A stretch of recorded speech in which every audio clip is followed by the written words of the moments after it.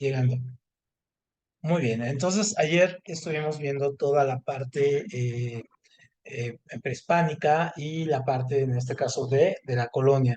Y vimos que esos 300 años hubo un fenómeno, el sincretismo, en todos los aspectos, en la parte de la religión, en la comida, ¿no? En la cultura, en prácticamente todos los aspectos, ¿no? Entonces, esto nos llevó prácticamente a crear una sociedad que, pues sí, vivía con algunas, pues sí, prácticamente en una sociedad muy desigual, ¿no? Con estas que veíamos las castas, con los peninsulares, los españoles teniendo el control, luego sus hijos, los criollos, empezando a reclamar lugares o posesiones para ellos. Entonces, obviamente, esto va a ser también el origen de lo que vamos a tener ya como la parte de la independencia, los antecedentes. Entonces, vamos a tener antecedentes, por un lado, externos, ¿no? Es decir, la influencia que tuvo, por ejemplo, la ilustración que se dio, que generó primero la independencia de los Estados Unidos, luego a partir de ahí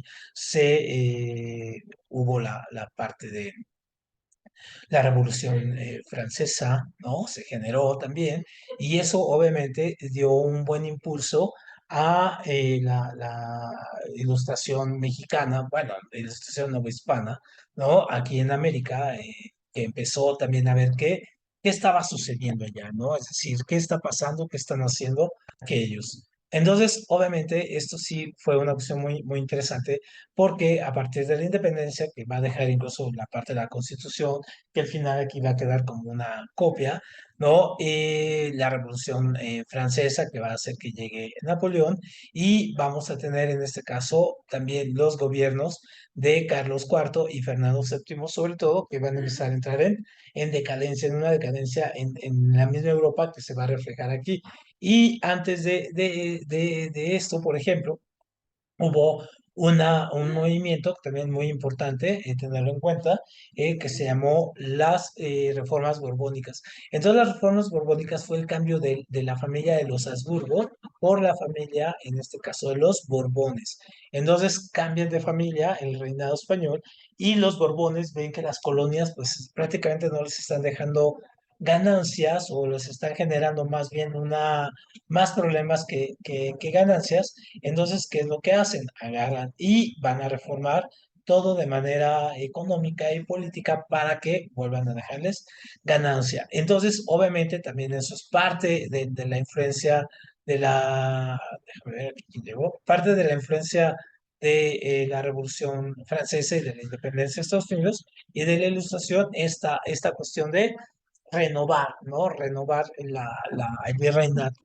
Y entonces esos cambios van también a generar, por un lado, incomodidad hacia los mismos españoles, pero también a los criollos, porque también empiezan a darse cuenta que no son tomados en cuenta. Entonces ahí empiezan los antecedentes internos. Entonces empieza a haber una creciente conciencia nacional, es decir, de los criollos. Los criollos empiezan a decir, bueno, ¿y nosotros qué onda? ¿Dónde estamos? ¿No? ¿Dónde nos ubicamos? ¿Por qué no nos toman en cuenta si nosotros nacemos aquí y todo ese asunto? Entonces, obviamente, esto va a hacer que los criollos vayan a querer tomar el poder. Entonces, cuando vemos la independencia, en este caso de México, debemos asumir que más bien es un movimiento, pero es un movimiento criollo, ¿no? Al inicio, que si bien no quieren independizarse de España, sí quieren mejores tratos por parte de los españoles. Esto es súper importante, ¿no? Entonces, eso. Y entonces la causa que va a detonar esto, pues va a ser la invasión de Napoleón a España, es decir, aquí está España, llega Napoleón, invade, saca al rey, que es en este caso Fernando VII, e impone a su hermano, que es en este caso Pepe Botella, ¿no? Así se le conoce, Pepe Botella. Y entonces, obviamente, los mismos españoles no reconocen a este como su rey porque saben que es un rey impuesto, pero también no en América no se reconoce, en este caso, por parte de los criollos ni por parte de los españoles, tampoco reconocen al rey. Entonces hay un vacío, queda un vacío, el reinado. está cuestionado, entonces pues nadie quiere asumir ahí que el rey es otro, pues porque piensa que es traición, ¿no? Entonces prácticamente eso es el movimiento, ahí va a comenzar y justamente es en 1808, ¿no? Cuando se da ahí. Entonces, la guerra de independencia va a tener diferentes momentos. Obviamente los personajes que conocemos todos, por ejemplo, es Hidalgo, ¿no? Allende, Morelos, José Ortiz de Domínguez, todos ellos son personajes que van a entrar en algún momento a este conflicto. Unos al principio, otros después, otros más intelectuales, otros como estrategas militares, pero prácticamente son las figuras que nosotros conocemos como los padres de la patria, ¿no? Y tenemos a otros que no son tan reconocidos como estos, ¿no? Que es Aldama, Basolo, los hermanos Galeana, los López Rayón, Nicolás Bravo, Mina, todos ellos son como personajes que quedaron en segundo término de la independencia, pero también fueron muy fuertes y también fueron ideólogos, incluso hasta impulsores. Vamos a ver ahorita cómo entra Francisco Javier Mina, que el impulsor es español. Entonces, estas son las etapas que nosotros tenemos o se consideran como las interesantes, ¿no? Por ejemplo, la iniciación, cuando se da el grito, en este caso de Dolores, acuérdense, es en 1810, ajá, y es el 16 de septiembre, no el 15. Se celebra el 15, pues porque tiene que ver que la gente empezaba a celebrar antes, en época de Santa Ana, empezaban a celebrar antes, y pues se quedó como la noche, ¿no? Del primer grito, y luego vino que era también el cumpleaños de Porfirio Díaz el 15 de septiembre, entonces bueno, trataron de juntar las fiestas, ¿no? Y ya, pero el 16 es la fiesta, en este caso, donde viene el grito de Dolores. Entonces ahí empieza y es encabezado por Hidalgo, en este caso José Fuertes de Domínguez y Aldama, ¿no? Entonces ellos son, en este caso, y Allende, perdón, son los que inician. Obviamente ellos son tomados, tenían poca experiencia militar y cometen muchos errores y son tomados presos y aniquilados. Entonces lo va a entrar en una etapa que va a ser la etapa de la organización. ¿Qué va a ser esta etapa de la organización? En este caso va a ser cuando se van a refundar, en este caso, algunos grupos y aquí el personaje más importante pues, va a ser, en este caso, Morelos, ¿no?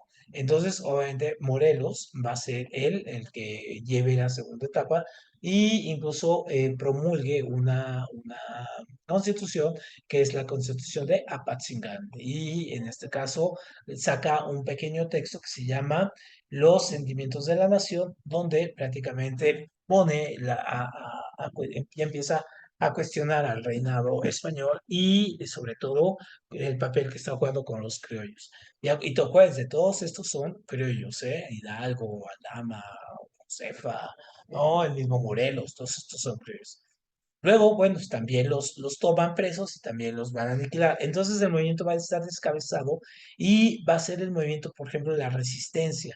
Y entonces esta resistencia va a ser encabezado por un lado por Guerrero, ajá, Vicente Guerrero, y obviamente él va a ser el jefe del grupo de los insurgentes. Ujú. Y vamos a tener a las fuerzas realistas del rey, en este caso, que van a estar encabezadas por Iturbide. Y entonces, que él era también, creo yo, ¿no? Entonces, obviamente, estos grupos van a estar peleando, pero va a llegar un intelectual español que se llama Mina, y entonces él es el que va a dictar y el que va a proponer, pues que ya no solamente estén pensando en que regrese el rey, ¿no? Que destituyan al rey este impuesto, al rey este de Pepe Botella, sino que regrese el original, Fernando VII, lo cual va a suceder cuando toman a Napoleón. Napoleón en este caso es tomado, ¿no? Es asesinado, bueno, después es muerto, ¿no? Y se va a dar la cuestión de que este hombre va a ser igual va a ser un tipo loquísimo, ¿no? Entonces ya no va a ser querido ni por la población ni nada. Entonces, obviamente, va a empezar a generar un movimiento de resistencia, lo cual va a hacer que Mina, pues diga, pues ya no hay que hacerle caso a esos reyes, mejor volvámonos independientes, ¿no? Entonces se vuelven independientes, ahora sí, ¿no? Ya van a querer ser independientes y aprovechando que el rey regresa y hay una sublevación también en España, entonces, pues el cuate de los Guerrero e Iturbide se van a unir y van a formar el ejército trigarante. Y entonces, al formar el ejército trigarante, también van a formar, van a firmar el plan de Iguala, con el cual van a hacer México, es decir, se unen contra la corona española, ¿no? Entonces, obviamente, ya se juntan, ¿no? Quedan como ellos como representantes y al tomar ya, en este caso, reconciliarse, pues lanzan este plan de Iguala que ya pronuncia que es la independencia de México de España, que la religión católica va a ser la única y la unión de españoles y americanos va a ser en este caso la única. Entonces, eso se le llama las tres garantías. Ojo, porque luego a veces esta pregunta viene mucho en el examen. Así de, ¿qué es el ejército de las tres garantías? ¿No? Y entonces, obviamente, esto va a ir generando que aquí están ellos abrazados, va a ir generando pues de que finalmente España pues va a terminar cediendo y pues se va a formar ya México como país independiente, ¿no? Entonces, obviamente, esta es la entrada, esta parte es la colonia, si ustedes van algún día a la calle de Madero, esta es la entrada de la calle de Madero y este es el que conocemos como el Sambors de los Azulejos, aquí está, ¿no? Aquí es donde estaría la torre latinoamericana, ¿no? En esta parte. Entonces, obviamente vamos a ir viendo cómo estos, después de que ganan la guerra, va a empezar a haber eh, una pelea entre ellos, ¿no? Entonces, obviamente, al pelearse ahora ellos, Iturbide va a tomar el poder, ¿no? Este hombre, y obviamente se va a nombrar emperador, ¿no? Va a desconocer los tratados que lo llevaron ahí, ¿no? Y entonces, obviamente, eso va a generar que finalmente pues también lo destituya, ¿no? Él va a estar 3 años en lo que se llama el imperio o breve imperio de Iturbide. En este caso, ya sin Iturbide, en 1924, pues se van a generar unas nuevas condiciones. Digamos que se enloquece el tipo, ¿no? Enloquece el tipo y después de ser un héroe termina siendo el super villano, ¿no? Entonces, obviamente, esto va a dar pie a que surja como presidente ya un presidente constitucional, que es en este caso Guadalupe Victoria, que es aquí, se promulga una constitución federal, ¿no? Y empieza a haber ya una república, ¿no? Totalmente. Y entonces esta constitución va a ser que sea república el nombre oficial de México se llama Estados Unidos Mexicanos, que tenga división de poderes, como lo que también ya sucedía en Francia, lo que sucedía en Estados Unidos, ¿no? Poder legislativo, ejecutivo y judicial, ¿no? Y obviamente también van a nacer, ya que está consumado eso, van a surgir dos grupos políticos que se van a estar enfrentando, que hasta la fecha los vamos a ir teniendo, ¿no? Por un lado, los federalistas, ¿no? Que les vamos a conocer como los liberales a lo largo de este siglo, y los centralistas, que son los conservadores. Entonces, por ejemplo, cuando escuchan a AMLO hablar de estos dos, pues obviamente todavía esta rencilla existe entre estos dos grupos. Y estos, los liberales, pues están influenciados por Estados Unidos, los conservadores por los reyes europeos, ¿no? Estos se hacen llamar la logia yorquina, es la logia escocesa, es decir, son como los partidos políticos. Hagan de cuenta que es el PAN y Morena, ¿no? En este caso, lo que es cada uno de ellos. Entonces, ahí está, eso es lo que va haciendo, es esta división. Luego, pues estos quieren una república federal, donde cada estado tenga su propio gobernador y su constitución. Estos no, estos quieren una república central donde todo se decida desde el centro, ¿no? Estos, pues es esto, ¿no? La república federal, cada uno toma sus decisiones, acá no, se toma todo desde el centro, ¿no? Y acá los liberales piensan que debe de haber libertad de comercio entre todos y acá no, que el comercio debe de ser dictado desde el centro. Ujú. Entonces, obviamente, estos van a ser los grupos políticos que se van a estar enfrentando en todo el siglo XIX y hasta la actualidad, ¿no? Lo tenemos, los liberales y los conservadores. obviamente esto va a generar que estén tomando el poder. Uno quita a otro y se están dando en este caso, se van a estar dando golpes de Estado, ¿no? Y entonces van a estar uno quitándose y van a salir, van a entrar unos centralistas, unos federalistas, liberales, conservadores, y se van a estar dando golpes de Estado a cada rato.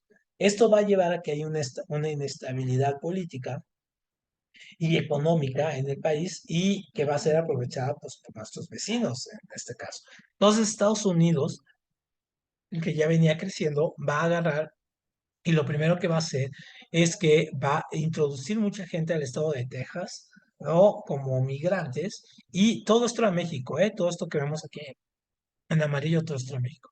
Entonces van a meter mucha gente aquí a Texas y de tal manera va a haber tantos ya gente de aquí de Estados Unidos que Texas se va a declarar independiente, ¿no? Se declara independiente. Y obviamente México le declara la guerra a Texas, pues la quiere recuperar. Pero Texas se da cuenta que sola no va a poder contra México, entonces se une a los Estados Unidos. Por eso es la famosa esta estrella solitaria, ¿no? En este caso su logo es la estrella, o si ven el logo de los Vaqueros de Dallas, pues es una estrella solitaria. Entonces, ahora la guerra ya México no se la hace a Texas, se la hace Estados Unidos. Entonces, Estados Unidos pues, es más fuerte y entonces al final va a provocar esta guerra que va a ser en el 1900, del 46 al 48, cuando están gobernando aquí los centralistas, ojo, los centralistas, y entonces Estados Unidos, al ganar la guerra, se va a quedar con todo esto que está en amarillo, ¿no? Esto es el Tratado de Guadalupe Hidalgo y se quedan con todo este territorio. Se lo arrebatan al país, más aparte de la pérdida que ya teníamos aquí de Texas. Entonces México se queda con un territorio pues, ya muy, muy corto, ¿no? Totalmente aquí cortito. Entonces, obviamente, esto va a generar que el personaje que gobernaba aquí en México era un personaje que también empezó a entrar un poco en la locura, que era en este caso Santana, ¿no? Entonces Santana, ¿qué es este? Aquí está la bandera de Estados Unidos, en el Palacio Nacional. Entonces Santana obviamente es el que se le culpa de esta guerra, ¿no? Entonces, obviamente, se va a tener que sacar y entra una nueva generación de políticos. Entonces, aquí está Santana, ¿no? Y obviamente, va a haber un golpe de Estado, en este caso que va a ser el plan de Ayutla. Ojo, no confundan, el de Iguala es con el que nace México, el de Ayutla es con el que sale Santana. Entonces, obviamente, sale Santana, ¿no? Y entran los liberales, ¿no? Van a entrar los liberales. Y entre esos liberales, pues vamos a tener en este caso a Benito Juárez. Entonces, entre dos personajes que empiezan este movimiento, que son Juan Álvarez e Ignacio Comonfort, van a ser, digamos, que los personajes de mayor edad en este momento. Pues Benito Juárez estaba entre los veintitantos años, entonces, obviamente, pues son como los jóvenes, ¿no?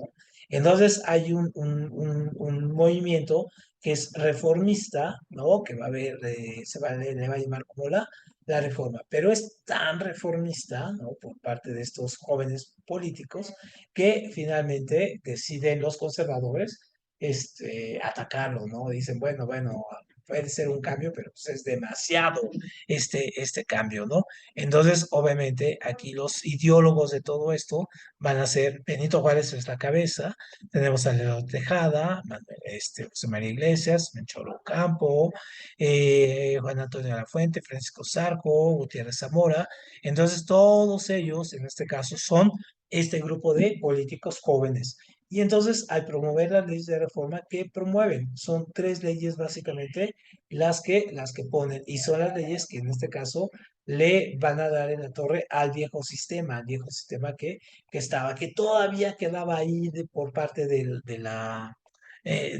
viejo tufo español. Entonces, por un lado, es la ley de nacionalización de los bienes eclesiásticos, también se le conoce como ley de manos muertas o de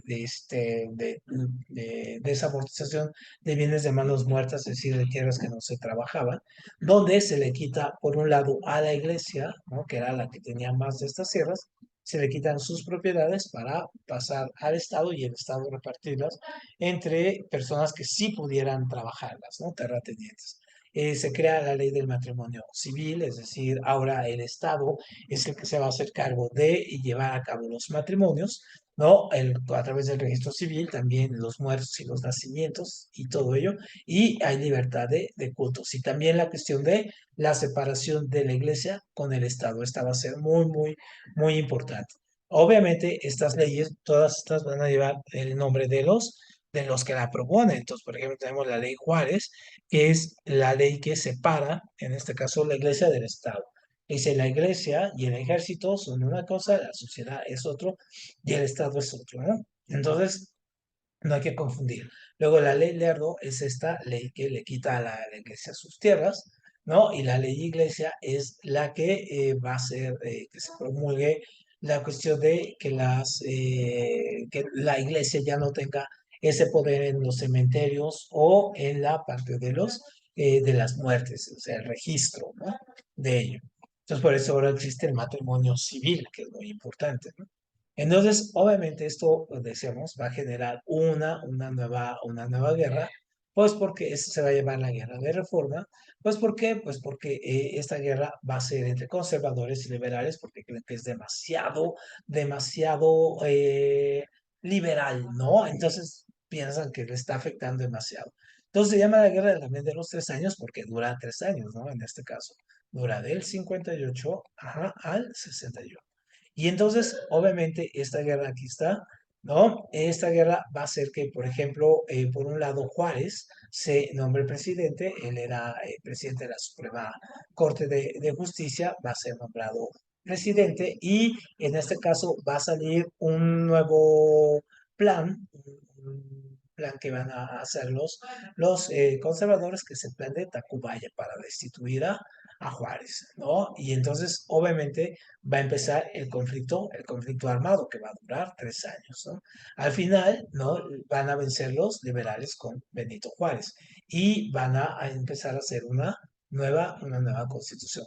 Ya existía una constitución, pero también se reformó muchas veces y la última constitución era la del 58, que es la constitución, se le conoce como constitución liberal, ¿no? Una constitución por parte que tenía no se hicieron tantos cambios como a la del 24, pero sí ya se nombra una constitución liberal. Entonces, cuando regresa Juárez, en este caso ya como presidente, en el 61, se da cuenta que el Estado está completamente destrozado por esta guerra inútil entre conservadores y liberales, y entonces va a agarrar y va a suspender, en este caso, todos los pagos, ¿no? Los pagos de la deuda. ¿Por qué? Pues porque no hay un solo peso, ¿no? En las arcas y se necesita dinero. Entonces, obviamente, va a agarrar y va a suspender los pagos que se le hacen en la cuestión de la deuda externa, de pagar los intereses y pagar los préstamos que se habían contraído antes. Entonces, cuando lo hace, en este caso, los franceses, españoles e Inglaterra hacen una convención que se llama la Convención de Londres, donde vienen a México para pedir o que exigirle a México que les pague, ¿no? Entonces llegan aquí a Veracruz en el 61. Juárez lo recibe con los convenios de la soledad, que es prácticamente una postergación de los pagos. Es decir, ok, no te pago ahora, pero te voy a pagar después, ¿no? Y con intereses. Entonces, mucho de la deuda externa que tiene el país todavía y muchos de los pagos que se hacen, pues todavía provienen de esto, ¿no? Todavía se han acumulado ahí. Entonces, todos los españoles y los ingleses aceptan, menos los franceses. ¿Por qué? Pues porque los franceses no venían a cobrar, ellos querían conquistar México, porque querían conquistar México para después conquistar, en este caso, Estados Unidos, ¿no? Ese era el plan de la conquista, no era quedarse en México, no les interesaba, querían ir a Estados Unidos. Y acuérdense que ya en esa época ya estaba, también tenían su conflicto entre liberales y conservadores, y en ese momento estaba gobernando Napoleón III, ¿no? En este caso, sobrino del primero. Entonces, obviamente llegan y aquí es cuando empieza la batalla del 5 de mayo, empieza la invasión francesa, ¿no? El 5 de mayo, pues caen los franceses primero y después, obviamente, van a ir aumentando más franceses hasta que finalmente Juárez decide irse hacia el norte con lo poco que le queda de ejército que lo apoya y los franceses, pues, toman ya la capital, ¿no? Y entonces va a hacerse primero una forma de gobierno de 3 años que se va a llamar, va a ser un conjunto de nobles, de notables, que van a gobernar, mientras en este caso en Europa se firma el Tratado de Miramar entre Napoleón III y en este caso Maximiliano de Habsburgo, es decir, era también un hermano de un rey, emperador también allá de Austria. Entonces, este va a llegar aquí en el 64, ¿no? Y va a durar, es la segunda parte de la invasión, del 64 al 67, ¿no? Entonces, cuando él llega, se le conoce como el Segundo Imperio porque acuérdense que el primero es el de Iturbide, ¿no? Este que es en lo que es la independencia. Y entonces, obviamente, él va a tener muchos problemas para gobernar. Primero porque desconoce el territorio, él viene de esta Europa más exquisita, ¿no? Más elaborada, llega a un lugar que pues, desconoce, ¿no? El ejército de Juárez se va al norte, en este caso no quieren intervenir los mismos Estados Unidos. ¿Por qué? Pues porque se encuentran ellos también en un conflicto, ¿no? Están en su propia guerra, la guerra civil entre los estados del norte y los del sur, entonces no quieren intervenir aquí. Entonces, obviamente, Maximiliano cuando llega, ve la situación política, lee las leyes de reforma, las entiende, no las deroga, que era una cuestión que querían los conservadores, derogar esas leyes, no las deroga y cierra algunas instituciones que eran muy importantes para los conservadores, en este caso, como la Real Pontificia Universidad de México y en fin, ¿no?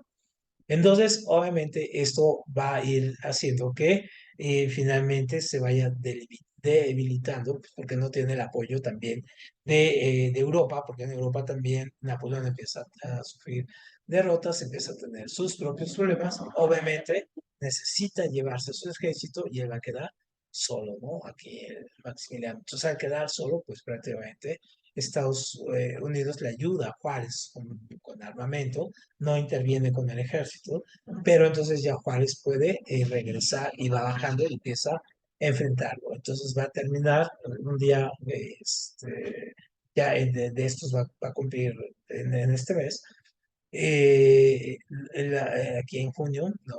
Creo que es el 13 de junio, cuando se celebra la muerte, ¿no? Bueno, se conmemora más bien la muerte de Maximiliano junto con sus generales Miramón y Mejía, ¿no? Que eran conservadores. Entonces, obviamente, una vez que se va Napoleón, bueno, que muere Napoleón, se van los franceses, y eso se llama el periodo de la restauración. Es decir, ahora vamos a otro periodo donde vamos a tener aquí el segundo reinado, vamos a tener un periodo otra vez de Juárez. Entonces aquí Juárez se vuelve muchísimo más fuerte, no nada más políticamente, sino también en sus acciones.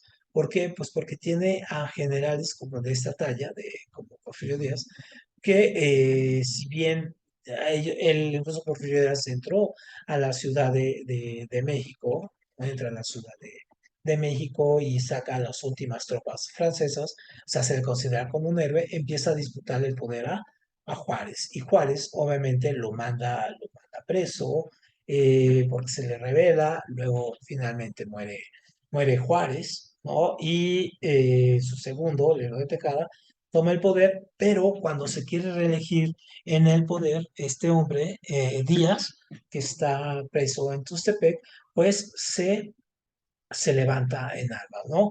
Curiosamente con un lema que va a ser muy contradictorio por su forma de gobernar, que va a ser no reelección. Y entonces, obviamente, Díaz toma el poder y no lo va a soltar durante 30 y tantos años, ¿no? Entonces se va a estar religiendo. En la primera vez incluso pone a un segundo, que era como su compadre amigo, ¿no? Muy, muy leal a él, lo pone a gobernar entre 4 años y luego él se vuelve a reelegir, en fin. Entonces, esos 30 años aquí del régimen porfirista, pues va a generar, por un lado, que sí, que llegue una gran cantidad de capital extranjero aquí al país. No, ese capital no necesariamente cae hacia el resto de la población, es decir, se queda a un nivel muy, muy, muy, muy elevado, no baja. En este caso va a haber una cuestión de bonanza económica, sí, pero en el nivel de arriba, ¿no? No en el campesinos, obreros y todo. Acuérdense que ya estaba la revolución industrial y ya habían llegado. Aquí empezó a llegar la electricidad, los trenes, ¿no? Barcos, se empezaron a electrificar algunos sectores. Entonces, obviamente, empieza a haber incipientemente ya los avances de la revolución industrial aquí, ¿no? Entonces llega con esto. Pero sobre todo era la explotación de recursos como el petróleo, el oro, la plata, que seguía por parte de las mineras, todavía seguía yéndose, no llegaban y se lo llevaban. Entonces hay crecimiento económico, sí, pero no hay desarrollo social, ¿no? No, son cosas diferentes. Entonces, aquí en la economía puede ser que haya indicadores que dijeran, pues sí está entrando mucho capital, mucho dinero, sí, pero eso no se traduce en beneficio a la sociedad. Luego, otra cosa que pasa con Porfirio Díaz y que incluso vemos su marca cuando ustedes van a lugares como el centro y ven Bellas Artes, o vienen estas colonias como la colonia Roma, la Juárez, la San Rafael, aquí la misma Condesa, empieza a haber un afrancesamiento en su política. Es muy curioso, pues, porque él sacó, ¿no? Finalmente a los franceses y después retoma mucho la cultura francesa. Y obviamente uno de los elementos que había ya, pues incluso como doctrina, pues era el positivismo, ¿no? Que viene y esa doctrina filosófica va a ser la base incluso para que se cree la universidad, lo que hoy es la Universidad de México en 1910 y también la Escuela Nacional de Preparatoria. O sea que este es uno de los, aquí es donde se crea un poco lo que ustedes van a ir, ¿no? De pasar de la secundaria, pasar a la preparatoria, pues obviamente se crea aquí este sistema. Luego, entonces, los mismos campesinos y obreros son los más olvidados. Hay huelgas, hay descontento y son estas reprimidas. Esto va a ser un motivo, pues, para que llegue la Revolución Mexicana. Y aquí va a haber algo muy curioso. A ver, aquí digo, ¿qué? Ajá. Va a haber aquí algo muy curioso porque también Díaz empieza a conciliarse con sectores que antes no tenía. Por ejemplo, como o con el que estaba peleado ante los regímenes Juárez, por ejemplo, con la Iglesia Católica. Entonces hace una operación de cicatriz y se reconcilia con la Iglesia Católica. Y obviamente va a generar una cuestión muy interesante. Toda su posición política, pues la va, o por un lado la va a eliminar o la va a hacer a un lado, ¿no? La va a tener totalmente alejada del centro de poder. A la costa, pues sí, de la represión, de las desapariciones, ¿no? De los mismos políticos o comprar, entonces no hay una oposición. Pero poco a poco, después de 30 años, pues ese modelo se agota y la gente se empieza también empiezan a ver, bueno, hay un envejecimiento del sistema, pero también de las personas. Entonces, pues, ¿qué va a pasar, ¿no? Con ello? Entonces, hacia 1908, ajá, Díaz se entrevista con un periodista norteamericano de un periódico, el Chicago Tribune, donde, apellidado Krillman, donde Díaz le afirma a este reportero que él ya no se va a reelegir, ¿no? Que él ya, que México está preparado para la democracia, entonces pues, ya él ya no se va a reelegir. Entonces, obviamente, pues es una trampa, porque efectivamente él se va a reelegir en 2 años después, en 1910, a través de un fraude electoral, pero lo que hace es que van a salir muchos partidos, o se van a formar muchos partidos políticos, y muchos de sus enemigos que estaban ahí ocultos en organizaciones, pues van a tener que salir. Y uno y este va a ser uno de los motivos centrales que se van a dar para el inicio de la Revolución Mexicana, ¿no? Entonces ahora te vamos a ver aquí el inicio para terminar mañana con esto. Por un lado, vamos a tener varios factores que desencadenan la Revolución Mexicana. Por un lado, ya se vuelve insostenible la relación que hay en el campo, es decir, el campo cada vez está más debilitado, más pobre, no hay recursos, no hay agua, no hay bienes, pero aparte de los productos que se logran hacer, pues no se les paga bien a los campesinos, muchos de ellos no son dueños de la tierra, se trabajan en condiciones casi de esclavitud. Entonces, obviamente hay una rebelión ahí, hay un enojo, un contenido, ¿no? Ahí que está esperando pues solamente una chispa.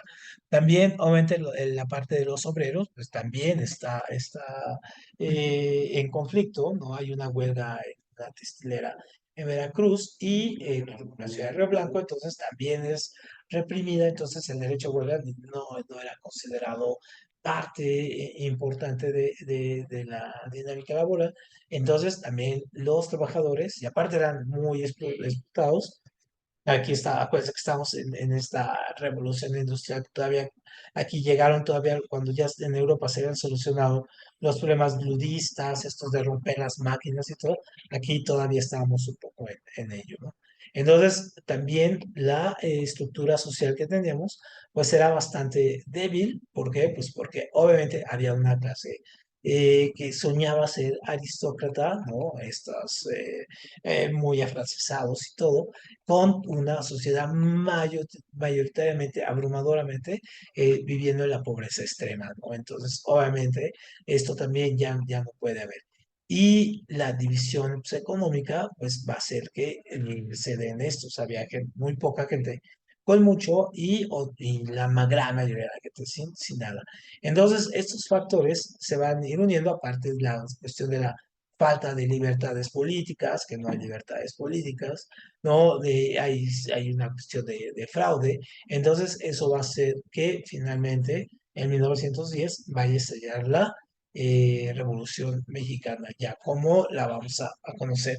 Y la vamos a ver mañana porque sí es un poco compleja, tiene varios momentos y sobre todo entender cómo se fue dando por partes. Es decir, no hablamos de la Revolución Mexicana como solamente un momento, ¿no? Sino que tuvo varios, ¿no? Una guerra civil, primero tuvo un enemigo, luego tuvo otro, luego tuvo muchos, ¿no? Luego otra vez tuvo otro, en fin, ¿no? Tuvo sus momentos y sus personajes para entenderlo, pero también tuvo muchos planes. Entonces, eso mañana vamos a hacer una tabla aquí para ir revisando los planes que hicieron cada uno de ellos.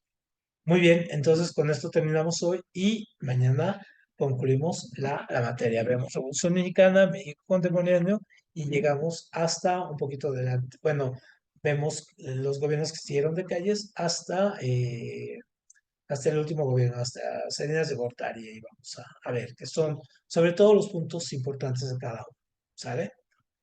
Muy bien, pues muchas gracias y ahorita les envío la clase de ayer y de hoy juntas, ¿no? Este, gracias Diego por llegar todavía. Esto está bien que todavía estés por acá. Nos vemos mañana a las 5. Muchas gracias. Igual, hasta luego, Gracias, hasta cuídate. luego. Hasta luego.